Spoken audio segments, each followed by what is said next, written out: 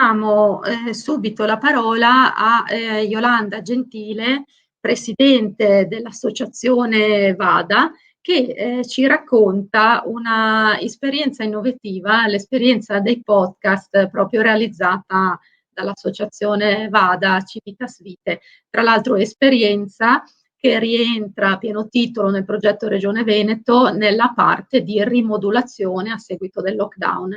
Grazie Yolanda e a te la parola.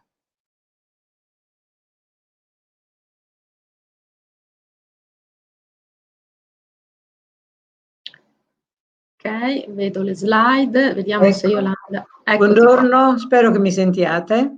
Ti sentiamo bene.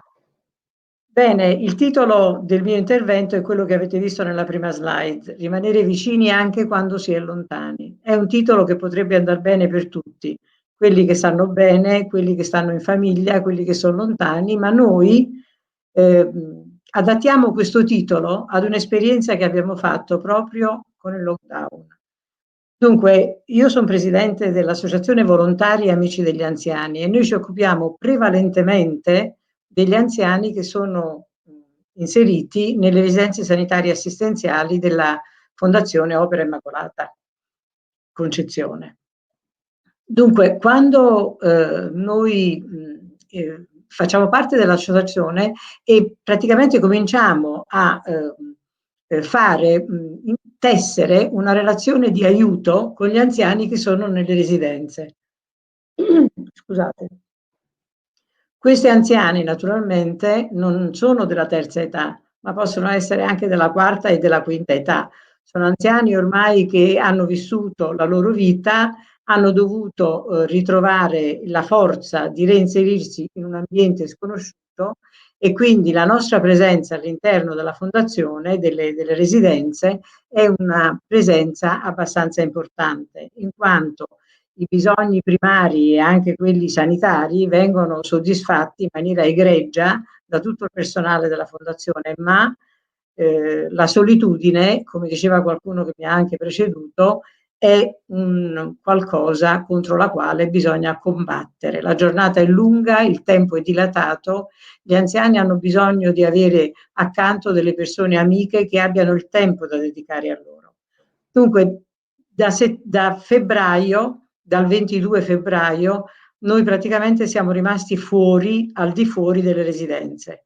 Le residenze sono state chiuse per il famoso lockdown e gli anziani all'interno delle residenze non potevano più vedere la nostra presenza.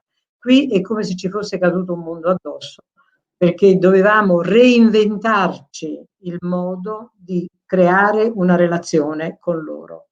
E allora a questa esigenza fortissima di ritornare in contatto con loro, noi abbiamo cercato di dare una soluzione, una risposta che fosse anche adeguata alle possibilità che avevamo.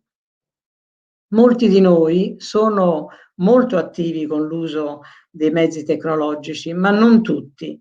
E quindi si è dovuto cercare anche un aiuto. Molti di noi si sono fatti aiutare da nipoti, mariti, amici per poter fare le cose che sono state fatte.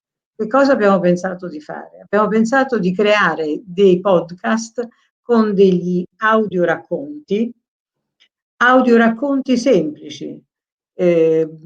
Abbiamo pensato a dei brani perché il libro è più impegnativo e più lungo nella fruizione. Il piccolo racconto invece è facilmente fruibile e poi può essere di vario argomento. Accanto agli audioracconti sono stati creati dei brani, dei podcast con brani musicali. In realtà l'utilizzo dei brani musicali, che sono tutti, almeno quelli adesso inseriti nei podcast, sono tutti suonati con lo strumento, con l'arpa.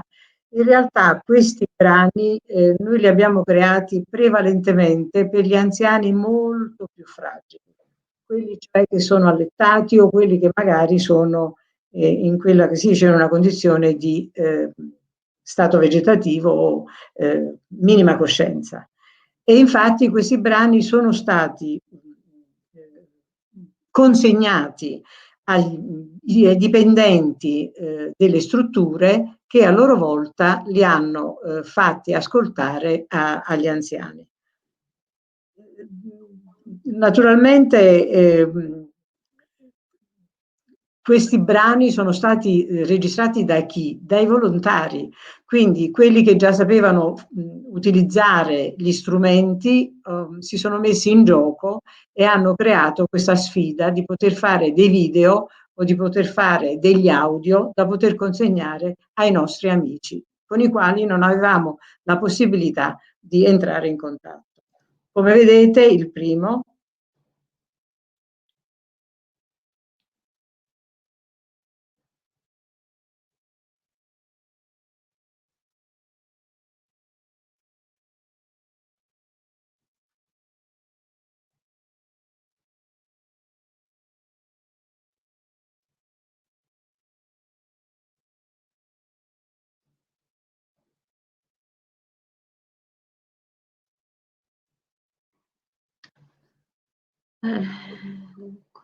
Non sentiamo l'audio. infatti.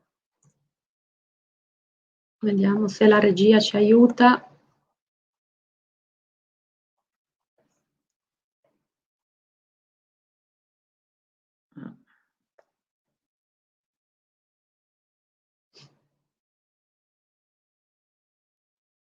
Ok.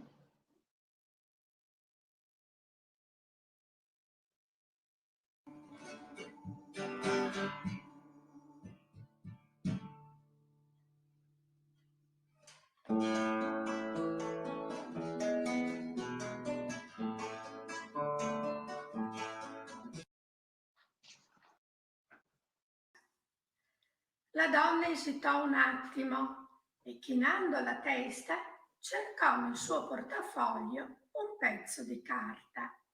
Scrisse qualcosa e poi posò il foglietto su un piatto della bilancia.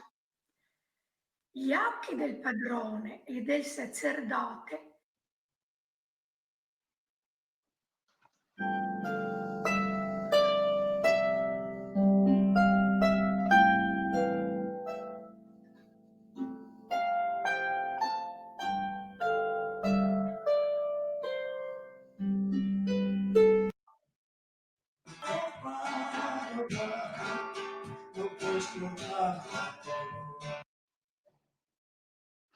Ecco, questi sono brani, piccoli esempi di ciò che è stato fatto e il gradimento è quello che avete sotto gli occhi. Fino ad oggi il numero dei brani è aumentato rispetto a quello che voi vedete.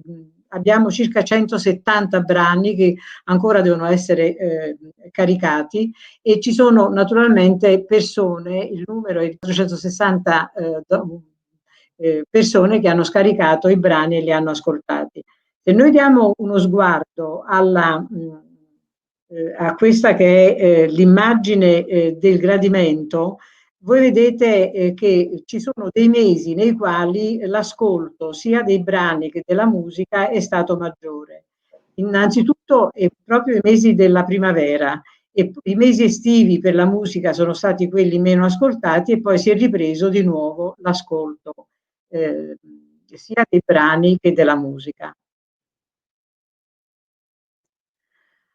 Dunque, che cosa posso dire? Solamente riflettere. I volontari VADA avevano un unico desiderio, quello di ritornare in contatto con gli anziani, ma anch'essi avevano questo desiderio, però anch'essi avevano il desiderio di rigenerare le loro capacità. L'uso della tecnologia per questi anziani volontari non era dato per scontato, eppure si sono messi in gioco, hanno accettato questa sfida proprio per poter superare anche loro la paura dell'uso dei mezzi tecnologici. La relazione per noi è fondamentale, ma abbiamo dimostrato che con pochi mezzi, però con tanta voglia di fare del bene, tanta voglia di donare amore, noi abbiamo dimostrato che si possono attivare dei meccanismi interessanti e utili per le persone anziane e possiamo migliorare la qualità così della vita e il benessere, dal momento che chi non legge a 70 anni avrà vissuto una sola vita, la propria, chi legge avrà vissuto 5.000 anni. C'era quando Caino ucciso Abele, quando Renzo sposò Lucia, quando Leopardi ammirava l'infinito, perché la lettura è un'immortalità all'indietro. che cosa possiamo augurarci per il futuro? Quello di poter continuare a migliorare le nostre capacità dell'uso della tecnologia, e lo faremo, perché abbiamo accettato ormai la sfida, e quello di vedere aumentare sempre di più l'uso di questi podcast o di video o di audioracconti che vengono così diciamo dispensati non solamente nelle residenze, nella residenza dell'OIC della Mandria, ma che possano essere anche utilizzati nelle altre residenze sanitarie assistenziali. E abbiamo già verificato che addirittura questi strumenti, questi podcast, sono stati utilizzati anche al di fuori delle residenze, perché avevamo in mente anche questo. Molti brani sono anche favole per bambini. Avevamo in mente di farli arrivare anche all'esterno, alle persone comuni, ai nostri vicini, ai nostri parenti, a chiunque soffrisse di solitudine. Grazie.